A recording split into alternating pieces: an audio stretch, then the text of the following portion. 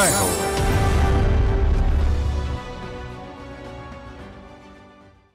నమస్కారం. అత్యంత సామాన్యుల అసమాన గాథల సమాహారం ఈటీవీ జయహోకు స్వాగతం. దక్షిణ కన్నడ జిల్లాలో ఓ కొండంచుల పల్లె. అక్కడ ఒకే ఒక్కడు, ఓ అసాధ్యుడు, ఓ అనితర సాధ్యుడు. ఆయన కన్నడ సీమలో సొరంగాలు తవ్వి జలతరంగిణులను రప్పించారు. కొండ పొలాన్ని ఉద్యానవనంగా మార్చారు. దశాబ్దాల నాటి ఆయన వ్యవసాయ క్షేత్రం దేశ విదేశాలను ఆకర్షిస్తోంది. దిగివచ్చిన హరివిల్లుల పెద్ద పళ్ళుతో ఆకర్షణను రెట్టింపు చేసే బెంగాలీ పెళ్లిపట్టు చీర బాలూచరి చీర ఓ చేనేత ప్రేమికుడి కళాసృజన అద్దుకుని ఆధునిక బెంగాలీ చేనేతకు జయపతాకగా మారింది. విభిన్న స్ఫూర్తి కథనాలతో మీ ముందుకు వచ్చింది జై హో. జై హో.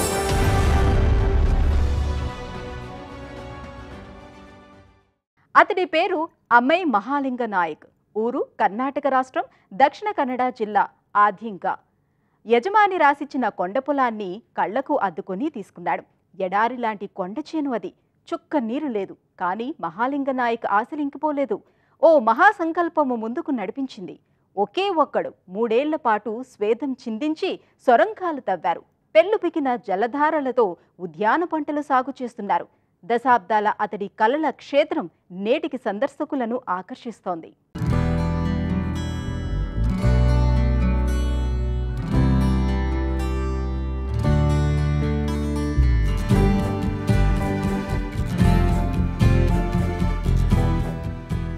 మనసుంటే మార్గం ఉంటుందంటారు.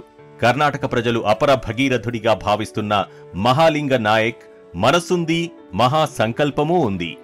ఆద్యంక అనే ఓ చిన్న గ్రామం సమీపాన ఆయన బంజరు భూమిని ఉద్యాన పంటల క్షేత్రంగా తీర్చిదిద్దారు.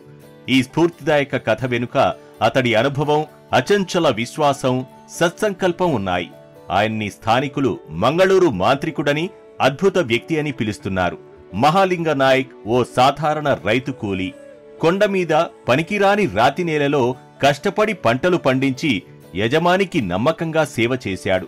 అతడి 25 ఏళ్ల నిస్వార్థ సేవను మెచ్చిన యజమాని ఓ గొప్ప కానుక ఇచ్చారు. 1978లో 2 ఎకరాల పొలం రాసిచ్చారు. ఇది కన్నడ జిల్లా ఆద్యంక దగ్గర అమై కొండల్లో ఉంది.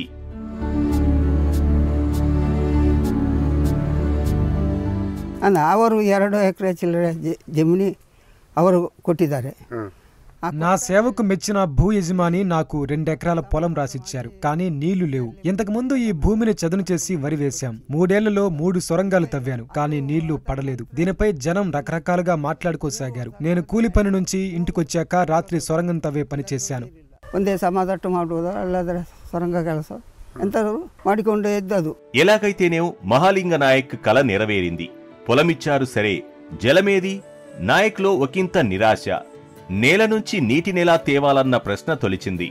బావి తవ్వుదామంటే ఆర్థిక స్తోమత లేదు. కాని అదో రాతి నేల, చెట్లు పెరిగే వాతావరణం ఆశాజనకంగా లేదు. అప్పుడో అద్భుత ఆలోచన తట్టింది. సంప్రదాయ సొరంగ మార్గ పద్ధతి ద్వారా నీటిని పైకి తేవాలని ఆయన నిశ్చయించారు. ఒకే ఒక్కడు, గుండె బలం ఎక్కువ.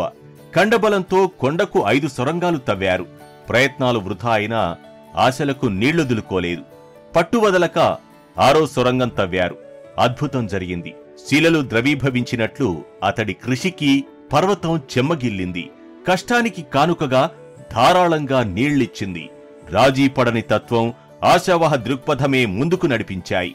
6వ సొరంగ విజయం మరో సొరంగం తవ్వకానికి ఆక్సిజన్ అందించింది. మళ్లీ నీళ్లొచ్చాయి.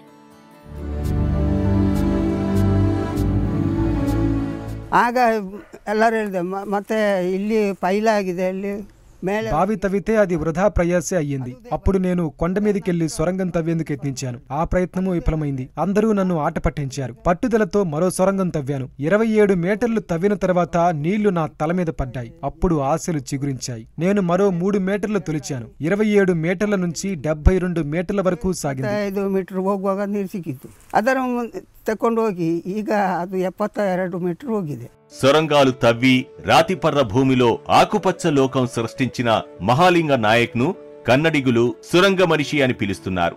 ఒక పని చేయగలమన్న లక్ష్యం, దృక్పథం ఉండాలే కాని ఎలా ఉపయోగించుకోవచ్చో నాయక్ నిరూపించారు. మన సామర్థ్యాన్ని మనకు జ్ఞాపకం చేస్తోంది.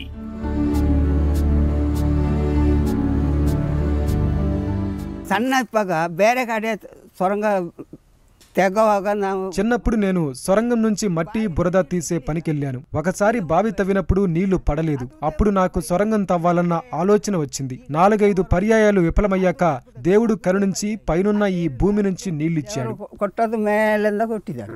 మహాలింగ నాయక్ విజయం నమ్మలేని నిజం. మోటారు పంపు, సేంద్రియ వ్యవసాయోత్పత్తుల కోసం విద్యుత్ కానీ లేకుండా ఒక రాళ్లతో గోడ కట్టి చిన్న చెరువును సృష్టించాడు. తన కొండ పొలంలో 300 పోక చెట్లు, అనేక కొబ్బరి చెట్లు, అరటి చెట్లు ఉన్నాయి. మిరియాల తీగలు, కోకో చెట్లు పెంచుతున్నారు.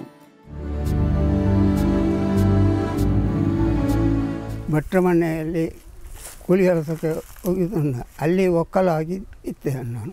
6-7 ವರ್ಷ ಕೆಲಸ ಮಾಡಿ ఓ కార్మికుడిగా నా జీవన ప్రయాణం ప్రారంభించాను. అలా 6-7 సంవత్సరాలు పనిచేశాను. పోక కొబ్బరి చెట్ల పనులకు వెళ్తుండేవాణ్ణి. కొంత భూమి ఇస్తే సాగు చేసుకుంటూ ఎక్కడే ఉంటానని యజమానితో అన్నాను. ఆయన ఏమన్నారంటే ఎక్కడే ఉండి సాగు చేసుకోవచ్చు, కానీ ఎక్కడికి వలసపోవద్దన్నారు. ఈ భూమిని చూపించారు. గడ్డి తప్ప ఏమీ పెరగని నేల. వాళ్ళ ఇల్లు కూడా పూరిల్లే. మంచినీరు కావాలంటే మా ఇంటి నుంచి తీసుకెళ్ళు అని ఇంటివారన్నారు. నేను ఇల్లింದ ఎల్లిಗೆ ಹೋಗಬೇಡ, ಅಲ್ಲಿ ಕೂತ್ಕೋ, ಅಲ್ಲಿ ನೀರಿಲ್ಲ, ನೀರು ನಮ್ಮ ಮನೆಯಿಂದ ತಗೊಂಡೋಗಿ కుడిరి. సొరంగాలు తవ్వి బంజరు భూమిని బంగారు భూమిగా మార్చిన మహాలింగ నాయక్ వినూత్న కృషిని భారత ప్రభుత్వం గుర్తించింది. ఎటువంటి ఇంధనం వాడకుండా బిందు సేద్య పద్ధతిలో పంటలు పండిస్తున్న అతణ్ణి ప్రశంసిస్తూ పద్మశ్రీ పురస్కారంతో సత్కరించింది. 40 ఏళ్ల నాటి తోట వల్ల ఆయన స్వయం పోషకత్వాన్ని సాధించారు. ఉద్యాన పంటలను పండిస్తున్నారు. ఏటా వేలాది సందర్శకులు వచ్చి ఆయన సాగు పద్ధతులను అధ్యయనం చేసి వెళుతుంటారు.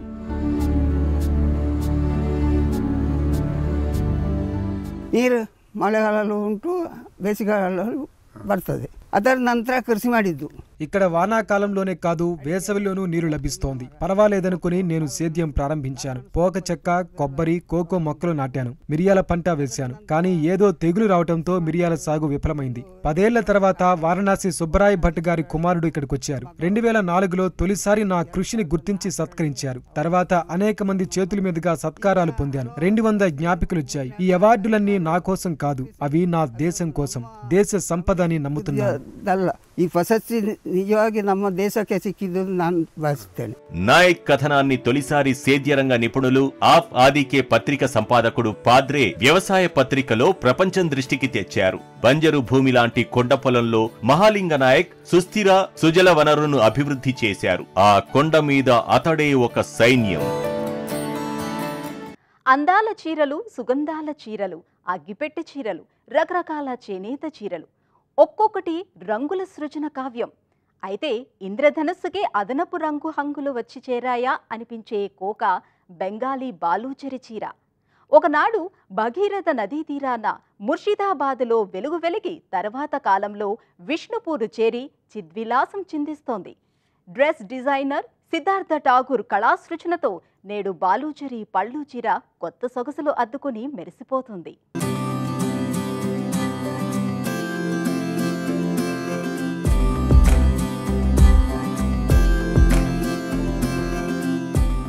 కాలాతీతంగా ఆదరణ పొందుతున్న కళాత్మక చీర బాలుచరి. దీన్నే మీనాకారి అని కూడా అంటారు. మన దేశ సొగసైన వస్త్రాల్లో బాలుచరికి ఎంతో ప్రాధాన్యం ఉంది. శతాబ్దాలు గడిచినా వన్నె తగ్గలేదు. పశ్చిమ బెంగాల్ రాష్ట్రానికి గర్వకారణంగా చెబుతారు.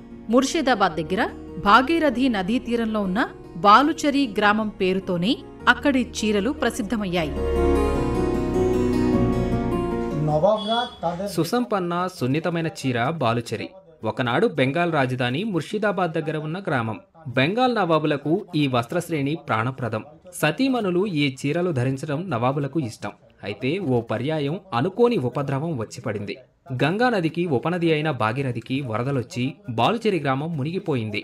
అక్కడి నుంచి నిపుణులైన చేనేత కార్మికులు విష్ణుపూర్ తదితర సురక్షిత ప్రాంతాలకు తరలివెళ్లారు. ఈ చేనేతను ఎలాగైనా కాపాడాలన్న లక్ష్యంతో డాక్టర్ సుబోధ్ ఠాగూర్ సంకల్పం నిరంతరం కృషి చేశారు. బాలుచరి చీరల్ని కేవలం వస్త్రాలుగానే చూడకూడదు. ఇవి చేతితో తయారు చేసే అద్భుత కళాఖండాలని చెప్పాలి. పశ్చిమ బెంగాల్ సగర్వంగా పరిచయం చేసుకునే చేనేత పట్టు చీర బాలుచరి. ప్రతి వేడుకలకు వారు వీటిని ధరించటం సంప్రదాయంగా వస్తోంది. ఈ చీరల పెద్ద పళ్ళు మీద ఇతిహాసాలు, పౌరాణిక, జానపద చిత్రాల రూపకల్పన బాలుచరి చీరల ప్రత్యేకత. ఇవి సుసంపన్న సాంస్కృతిక వారసత్వాన్ని ప్రతిబింబిస్తాయి. This is not a sari, it's more like a shawl. ఇక్కడ కనిపించే ఈ చీరలు అచ్చం షాల్స్ లానే ఉన్నాయి. వీటిని ఆధ్యాత్మిక కార్యక్రమాల సందర్భంగా ఉపయోగిస్తారు. వీటి మీద హరే కృష్ణ హరే రామ అనే అక్షరాలను చూడండి. అందువల్ల ఇక్కడ వైష్ణవ సంప్రదాయం కూడా విలసిల్లిందని భావించాలి. ఇది నేను సేకరించిన బాలుచరి చీరల అత్యుత్తమ నమూనాల్లో ఒకటిగా చెప్పవచ్చు. This is one of the finest specimen of Baluchari sarees which I have it in my collection. Siddhartha Tagore art consult అనే సంస్థను నెలకొల్పారు. బాలుచరి చీరల్లో వినూత్న నమూనాలను సేకరించారు. 1950లో బాలుచరి పునర్వైభవం ప్రాభవం పొందింది. వస్త్ర పరిశ్రమలో నిపుణులు, అభ్యాసకులు కమలాదేవి చటోపాధ్యాయ, జస్లీన్ ధమిజా, సిద్ధార్థ ఠాగూర్ బాలుచరి పునరుజ్జీవనానికి ఎంతో కృషి చేశారు. సిద్ధార్థ ఠాగూర్ తండ్రి సుభో ఠాగూర్ అధునాత జాక్వర్డ్ నేతకు సాంకేతికత అద్దారు. బాలుచరి చీరల నమూనాలపై సిద్ధార్థ ఆసక్తికి కారకులయ్యారు.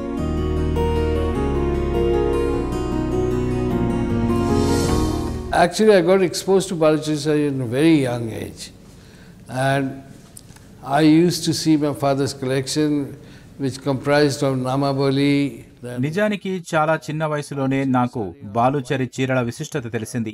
నాన్న దగ్గర ఉన్న వస్త్ర శ్రేణుల్ని చూశాను. వాటిలో నామబాలి, బాలుచరి ఉన్నాయి. అవి దుబ్రాజ్ మరికొందరు ప్రసిద్ధ కళాకారుల సంతకంతో ఉండేవి. అనంతరం 1980 నుంచి 1995 దాకా ఒక పెద్ద శూన్యం ఏర్పడింది.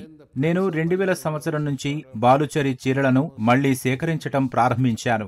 అప్పటికీ ఇప్పటికీ ఈ చీర ధర 20 రెట్లు పెరిగింది. వీటిని మల్బరీ పట్టుతో తయారు చేస్తారు. ఈ చీరలను ధరించేందుకు ఎప్పటికప్పుడు సిద్ధంగా ఉంచడం చాలా కష్టం. సిద్ధంగా ఉంచటం ఓ సవాలు లాంటిదే. Changing the folds of the sarees so that they don't develop a crack, and with limited funds and resource, I am unable to preserve them properly as it is done in the museum. బాలుచరి చీర తయారీకి ముందు కాగితం మీద నమూనా గీస్తారు. తర్వాత punch కార్డులో అమర్చుతారు. ఈ కార్డుల అమరిక వరుసగా ఉంటుంది. ఒకదానితో ఒకటి అనుసంధానిస్తారు. తర్వాత జాక్వర్డ్ మెషీన్లతో స్థిరంగా ఉంచుతారు. గతంలో జాలా పద్ధతి నుంచి జాక్వర్డ్కు రూపాంతరం చెందింది. జాక్వర్డ్ పద్ధతి ఎంతో సరళంగా, వేగవంతమైనది.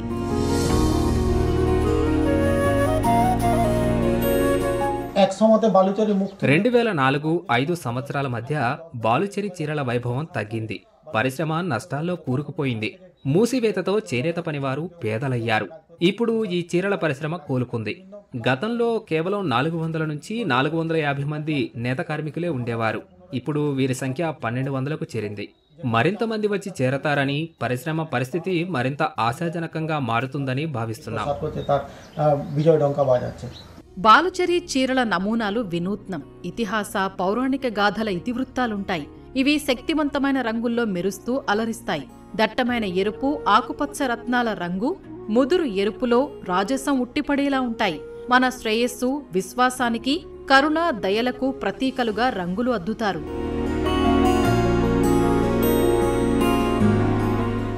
Every art, when it is there, it leaves a big impact on the cultural scenario, not only in cultural, social scenario. You see, people were very... ప్రతి కళ సాంస్కృతిక, సామాజిక అంశాలపై ఎంతో ప్రభావం చూపుతుంది. బాలుచరి వస్త్రధారణ ఓ హోదా. అందుకే సంపన్న వర్గాల ఇళ్లలో వారికి భోజనం వడ్డించేవారు ఈ చీరలను ధరించి వడ్డన చేసేవారు. కాని ఈ చీరలు బెంగాలీ వాతావరణ పరిస్థితికి అంతగా సరిపడవు. అందుకే బెంగాలీ మహిళలు కేవలం పెళ్లిళ్లు, దుర్గపూజలు లాంటి శుభ సందర్భాల్లో మాత్రమే బాలుచరి చీరలు కట్టుకుంటారు. వాతావరణంలో తేమ కారణంగా రోజువారీగా ఉపయోగించలేరు. పట్టు వస్త్రధారణ తేమ వాతావరణంలో అంతగా ఎవరూ ఉపయోగించారు. కాని మనుగడ సాగించింది. సమాజాన్ని ఎంతో ప్రభావితం చేసింది.